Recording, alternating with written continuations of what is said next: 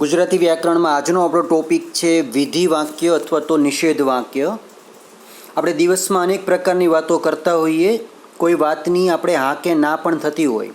જેમ કે તે કાલે ઘર પ્રવાસની વાત કરી, ના યાર નથી કરી. અહીં કોઈ વિગત માટે પ્રશ્ન પૂછાયો, એનો નકારમાં જવાબ મળ્યો. વિધિ કે નિષેધના રૂપાંતર વિના સામાન્ય રીતે વાતના સંદર્ભમાં આપણે હકાર કે નકાર પ્રયોજતા હોઈએ છીએ. કેટલાક બીજા ઉદાહરણ તમે જુઓ. વિધિ વાક્ય એટલે કે હકાર વાક્ય છે. મેં એ બોરડી જાતે ઉછેરી છે. દીકરી કંઈ આગળ બોલે તે પહેલાં અમૃત કાકીની આંખો વરસવા માંડતી. હાલો રે ખેતરને, હાલો રે વાડીએ, વેળા અમોલી આ વીતે. મેં તો અમેરિકામાં ત્યાંના ખેલાડીને મોઢા મોઢ સંભળાવ્યું. દેવદૂતોએ ફોસલાવીને છૂટો પાડ્યો.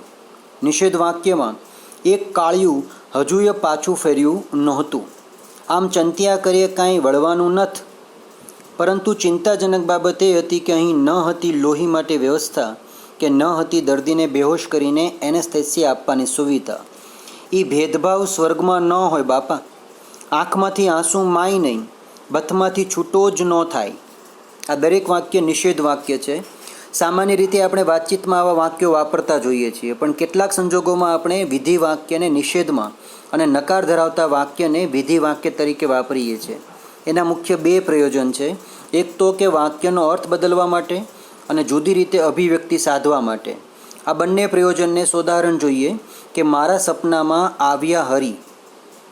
આ વાક્યમાં નિષેધનો અર્થ ઉમેરવો હોય તો આ વાક્ય નકારમાં ઉમેરવું પડે. જેમ કે મારા સપનામાં ન આવ્યા હરી. અહીં વાક્યમાં નકાર ઉમેર્યો અને અર્થ બદલાઈ ગયો, પરંતુ આખું વાક્ય રૂપાંતર તમને આવડે? ચાલો પ્રયત્ન કરીએ કે નકારનો અર્થ ઉમેરી વાક્યની અંદર કયા કયા ફેરફાર કરીએ. ડોસા ફરીથી બોલ્યા, ઈ તો આવી જાહે. વળી ઘર આખું ઠલવશે ખીચ. શેરપા તે યાદ કરાવતા ખૂબ જ ગુસ્સે થતો હતો. તો તમે આ વાક્યમાં નકાર ઉમેરી શકો. ત્યાં જ એનો ઓક્સિજન ખલાસ થઈ ગયો. સહેલું છે ને? નકાર ઉમેર્યું. ડોસા ફરીથી ન બોલ્યા, ઈ તો નહીં આવે. વળી ઘર આખું ઠલવશે નાખી જ. શેરપા તે યાદ કરાવતા ગુસ્સે થતો નહોતો. ત્યાં એનો ઓક્સિજન ખલાસ ન થયો. ખલાસ થઈ ગયો, ખલાસ ન થયો. અહીં નકાર ઉમેર્યો અને વાક્યનો આખો અર્થ બદલાઈ ગયો. નકારનું બીજું પ્રયોજન છે વિશેષ ભાષા અભિવ્યક્તિ, કે ક્યારેક આપણે નિષેધાર્થ ઉમેરવો હોય પણ અર્થ ન બદલવું હોય તે પણ ધ્યાન રાખવું. આના કારણે જુદા પ્રકારની રીત પ્રયોજી શકીએ. જેમ કે અરુણિમા તું ધીમે ધીમે આવ. તમે એને બદલે એમ બોલી શકો કે અરુણિમા તું એમ ઉતાવળે ન આવ. ઉતાવળે ન આવનો અર્થ તમારી પાસે અહીંયા આવી જશે કે તું ધીમે ધીમે આવ. અહીં આપણે શું કર્યું તો કે ધીમે ધીમેનો વિરુદ્ધાર્થી શબ્દ વાપરીને વાક્ય નકાર કરી દીધું. તેથી વાક્યમાં નિષેધાર્થ ઉમેરાયો પણ વાક્યનો મૂળ અર્થ જે છે એ જળવાઈ રહે છે. આપણે ઘણી વખત વિદ્યાર્થી સાથે કે મિત્ર સાથે મજાક મસ્તીમાં કરતા હોઈએ છીએ, ખાલી જગ્યામાં હા કે ના પૂરો.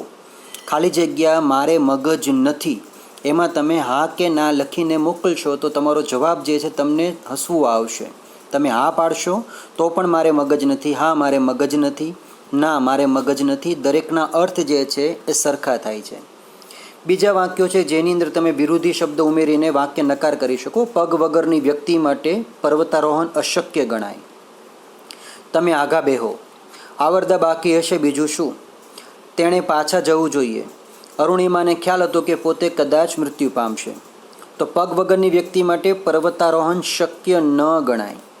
તમે નજીક ન બેસો. આવરદા પૂરી નહીં થઈ હોય તો બીજું શું. તેણે આગળ જવું જોઈએ નહીં. અરુણિમાને ખ્યાલ હતો કે પોતે કદાચ જીવતી નહીં રહે. નિષેધાર્થ ઉમેરવા માટે આપણે જે બીજી રીતનો ઉપયોગ કરીએ છીએ તે છે બે વખત નકાર ઉમેરવાની. જેમ કે સાહેબ તમને વર્ગમાં પૂછે કે ઘરકામ કર્યું છે, તમારી પાસે નોટ નથી. તમે ક્યારે એવો જવાબ આપ્યો કે મેં ઘરકામ નથી કર્યું? એવું નથી. મેં ઘરકામ નથી કર્યું એવું નથી. તમે અહીંયા બે વખત નથી નથી બોલશો. એનો અર્થ એવો થાય કે તમે ઘરકામ કર્યું છે. હું પર્વતારોહણ કરીશ એના અડગ મનોબળે એને મજબૂત બનાવી. અહીં પહેલા વાક્યમાં કોઈ શબ્દનો વિરોધાર્થી શબ્દ મળે તેમ નથી. તેથી અહીં જો નિષેધ ઉમેરવો હોય પણ વાતની હકારાત્મકતાને આપણે જાળવી રાખવી છે તો આપણે બેવડા નકારથી અભિવ્યક્તિ સાધી શકીએ. જેમ કે હું પર્વતારોહણ નહીં કરું એવું તો નહીં થાય. અહીં નકાર ઉમેર્યા બાદ અરુણિમામાં દ્રઢ નિશ્ચયનો અર્થ જળવાયેલો રહેતો જોઈ શકાય છે. તો બીજા વાક્યમાં પણ 2 નકાર ઉમેરીને મૂળ અર્થ સાથે સાતત્ય જાળવી શકાય તેમ છે. તેનું મનોબળ ડગે તેમ ન હતું, તેથી તે નબળી ન પડી. તો આ વાક્યમાં નિષેધાર્થ ઉમેરવાની એક આકર્ષક રીત એ છે કે તેને પ્રશ્નાર્થમાં મૂકવાની.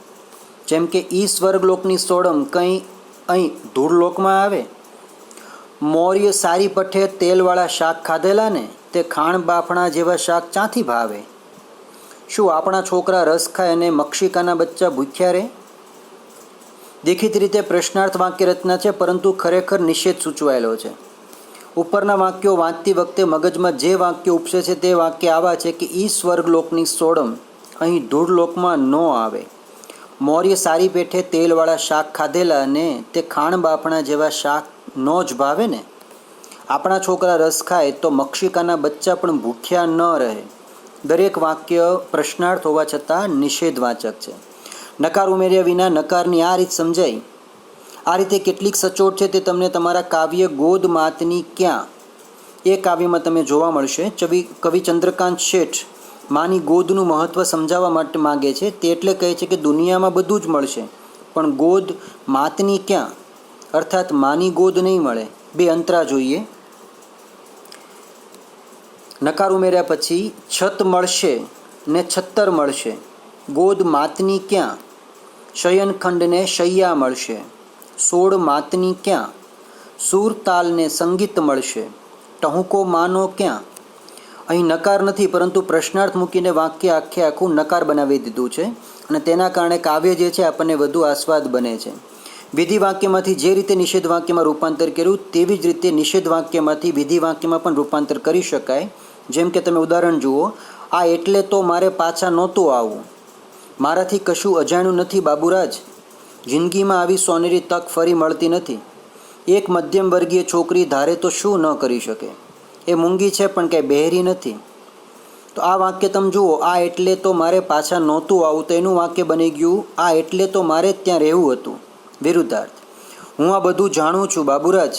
કર્મણીમાંથી કર્તરી પ્રયોગ કર્યો. જિંદગીમાં આવી સોનેરી તક એક જ વાર મળે છે. એક મધ્યમ વર્ગીય છોકરી ધારે તો બધું જ કરી શકે. પ્રશ્નાર્થમાંથી નિર્દેશાર્થ, અને એ મૂંગી છે પણ સાંભળી તો શકે છે ને.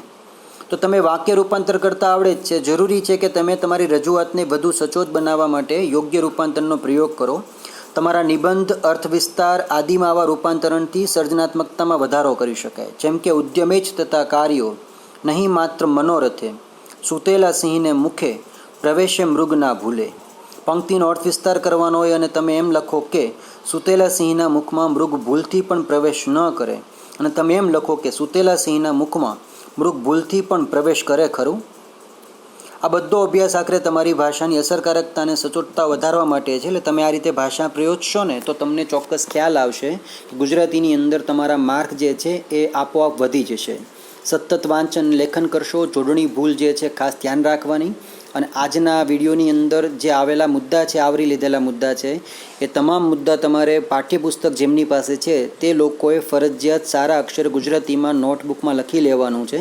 અને ગુજરાતી પાઠ્યપુસ્તકના જ્યાં જ્યાં પણ પાઠ આવે છે, ફકરા આવે છે, ગુજરાત સમાચાર, દિવ્ય ભાસ્કર કે અન્ય કોઈ તમારા ઘરે છાપા આવતા હોય કે માક્ષિક કે પછી પાક્ષિક આવતા હોય, માસિકા આવતા હોય, તો તમે તેની અંદર પણ આ બધા ફકરાઓ છે ગુજરાતીના ખાસ જોઈ શકો છો. અને ગુજરાતી ભાષા બોલતી વખતે અને લખતી વખતે ખાસ સ્વચ્છતા અને સ્પષ્ટ ઉચ્ચાર થાય તેવો બને એટલો પ્રયત્ન કરવો.